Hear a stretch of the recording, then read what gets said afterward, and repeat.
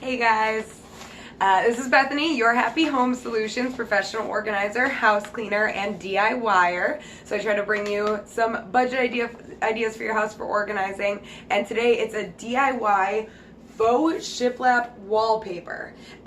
So I was able to do the entire length of this kitchen wall. It was a really yellow, I call it RV wallpaper. When I first moved in and bought the house, the kitchen was the most dated, dark part of the house.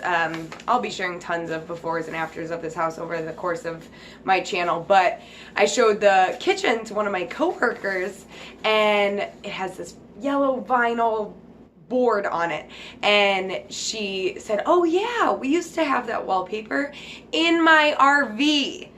Which I didn't want RV wallpaper in my dream kitchen. So this all started, I went to Hobby Lobby the other day to get pattern duct tape for my workshop. I'm going to be showing you a video on my new floor, which you can see behind me under my keyboard, and my workshop that I'm redoing. But when I ran to Hobby Lobby, I found this bulletin board paper. So this is in the teachers section, and it comes in 4-foot sheets by 12 feet long, and it's only $9.99. So I used their coupons to buy 3 rolls, so I got them 40% off. So it was $6 a piece. I used 3 rolls. I still have almost an entire roll left to use in other places.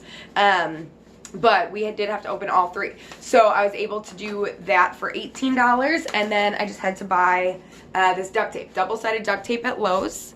It was $8 a roll. We went through 2 of those, so that was $16. Throughout the video, apparently I'm really bad at math. You're gonna hear me say $42, $44, all this stuff.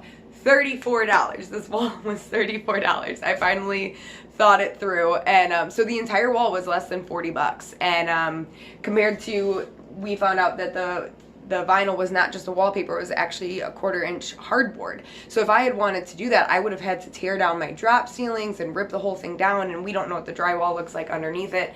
It would have been a whole thing. So to do this for less than 35 bucks was just huge, and you'll see the before. It is so much lighter and brighter in here. I'm just so happy with the way this looks. We'll go over that the light switch was really frustrating. Luckily in this lighting you can't tell, but it did turn out really wrinkly around here, and I'm trying to be okay with it. Don't let that stop you from trying this DIY.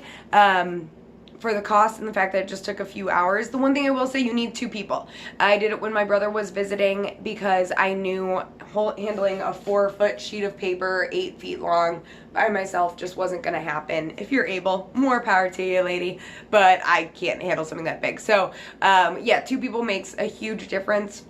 Everything else I think I'll go over in the video. You probably have everything you need. I used a utility knife. My straight edge was just an old piece of lumber that I had, and I cut it on a scrap piece of wood so I didn't ruin my floor, but otherwise I cut everything on my kitchen and living room floor.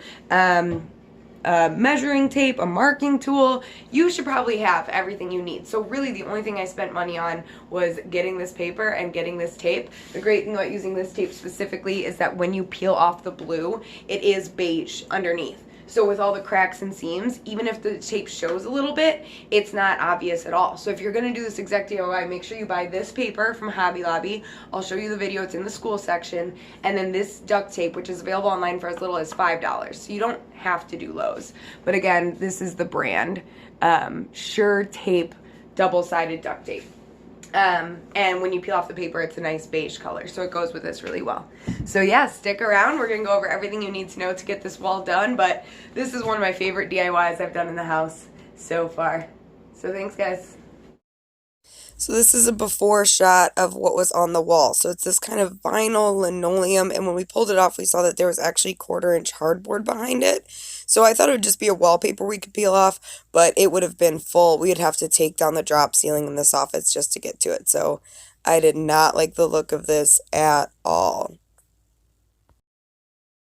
So this is where we found it. We were in Hobby Lobby in the school section. So they have all the different bulletin board accessories. And yes, $9.99, beautiful shiplap. They also have some brick options. Go ahead and check it out. There's some great options in there. So we started this part at night. and I'd just gotten the one roll and I was super excited. So I went ahead and started trimming, and the duct tape was really easy to use. The one thing I learned pretty early on, not as early on as I should have, was not to use scissors. You want to just use a utility knife, and then scoring it is really easy, especially if you don't care about the wall underneath. It takes so much less time and it's such a cleaner cut to just use a utility knife, but it took me a little bit of trim to figure that one out.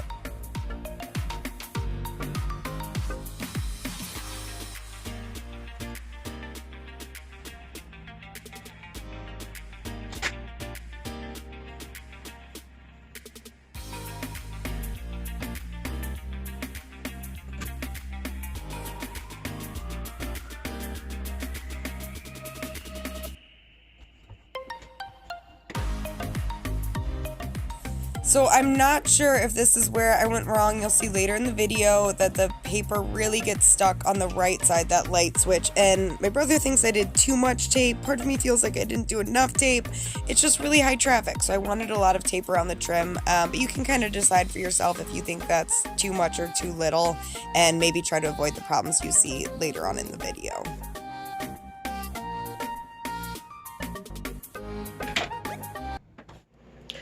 Just wanted to film an update. Last night we put up the trim. So this is double-sided duct tape. So there's a plastic liner and then you pull it off and that exposes the duct tape. And it seems pretty strong. But it is 5:30 a.m. and I couldn't sleep because I was too excited about getting the project done. So my brother is visiting, so we're gonna go do a Starbucks and Lowe's run and get some breakfast and then hopefully start hanging some faux wallpaper. So we'll see how much we can get done this morning on like 5 hours of sleep. Here we go.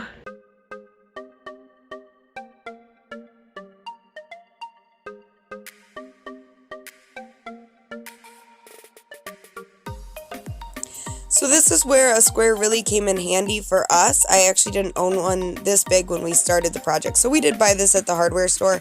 It isn't necessary. I didn't factor it into the overall budget because I'm going to use it for other purposes, but especially for these corners, it was really nice to get a nice straight line. We, for a lot of the pieces, made it a little bit smaller than it needed to be and then ended up trimming it on the wall with a utility knife. But for this first soffit, we cut it exactly to the size that we needed. And then this is us marking. We need an 83-inch roll. Again, that's giving it a couple extra inches for the first part that we were doing. So we measured out about, I think, 40 and 40 and then an extra 3 at the end. And you want to make sure that you have some sort of mat or scrap wood underneath, especially if you're doing this on your floor like I am, so to make sure you don't cut the floor. So we ended up just laying a piece of scrap wood underneath, and then we just used a I believe it was 1x3 as our straight edge to go. Here it is. So that's a piece of scrap wood that we just laid underneath, put a 1x on top of it, and use that as our straight edge to guide the utility knife across.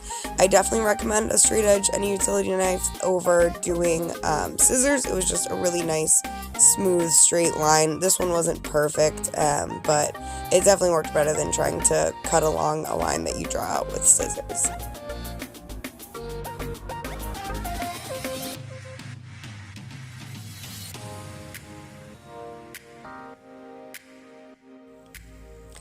When starting the roll on the wall, we started on the back side because we thought, okay, that's going to be behind the refrigerator, and if anything goes wrong, you won't really be able to see it.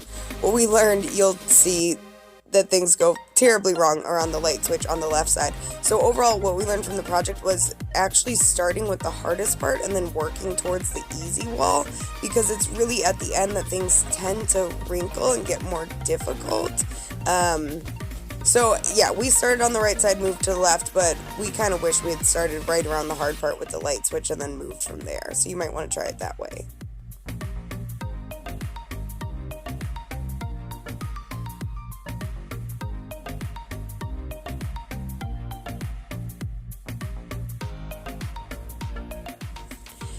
So you're going to see here that things went a little bit wrong. Right here, I should have gone slower. We could have used a smoothing tool. I'm not sure if that would have helped. And I don't know if I used too much tape or too little tape. But I really wanted it to be strong around the light switch because this is the main light switch in the kitchen and it's going to get the most use, and hands are all over it. So I was trying to put a lot of tape on it. You see the paper tears there. What's really nice, if you have to cut or tear the paper, you cannot tell when you lay it back down. There's no crack or seam, so it looks really good. But this part around the light switch, it's going to show you a lot of time of how frustrating that was. I don't want it to scare you away from this DIY. 90% of the wall turned out great, and maybe if I had just taken more time, I could have made this better. But yeah, don't let it scare you away. But you could say I got a little bit frustrated and regretted it a little bit, as you can see right here. But the good news is then we got on to my absolute favorite part of this entire project. I could do this all day long, which is scoring and tearing off the paper. It's so easy and so satisfying. Do the project just so you can do that. Alright, so that was the first sheet of shiplap, and overall it actually wasn't that bad. It was pretty easy. It came out pretty good. We have a few bumps, and then I'm not happy at all around the light switch. You can see how many bubbles there are. So I might end up cheating out and recutting that. I won't worry about it right now, but I'm really unhappy with how that looks, so I might have to get creative with the solution. But overall, the first sheet only took us a couple minutes, and it's pretty good. Okay, so we've gotten like 90% of the wall done. I have some wrinkles that I'm not happy with, so I'm heating up the iron because I'm gonna see if I can get these wrinkles out because they're driving me crazy. But we just have to finish the top there and then down this little narrow wall. But we've gotten everything else, and so far I'm super happy with it. The kitchen is just an absolute disaster at this point, but progress. Alright, shiplap wallpaper wall is all done. I think we came in, I'll let you know, I think it was about $43. But compared to what I had before, and I can show that again, it is such an improvement. And what I love is we have this kind of beigey trim, and the outlets are the beige. But with the color that's in this shiplap, I'm actually totally fine with it. I feel like it actually works in my favor. So yeah, I'm very happy. For the paper was only $18, and then the duct tape was probably another $16 or so. So the tape was half the cost. So if you find another way to adhere it, you might even save more money. But still, for $40 to go from what I had, I think is pretty awesome.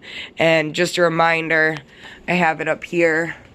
That's what the wall looked like. So I still need to figure out the soffits, but it was yellow beige with blue flowers, and it's this textured vinyl, and it's super weird. So to go from that to this, I am very happy and so glad I found this bulletin board paper at Hobby Lobby. So all in all, it took us about 4 or 5 hours. We had to make several trips to the store, and doing all these angles around the door was the hardest part. I didn't get video of that because it was just a pain. But I showed the rest of the trimming, so hopefully you get a good idea of how to do this. If you have any questions, let me know in the comments. Thanks, guys. Thank you so much for watching. Please like, subscribe, share, and give this project a try. Let me know how it works for you.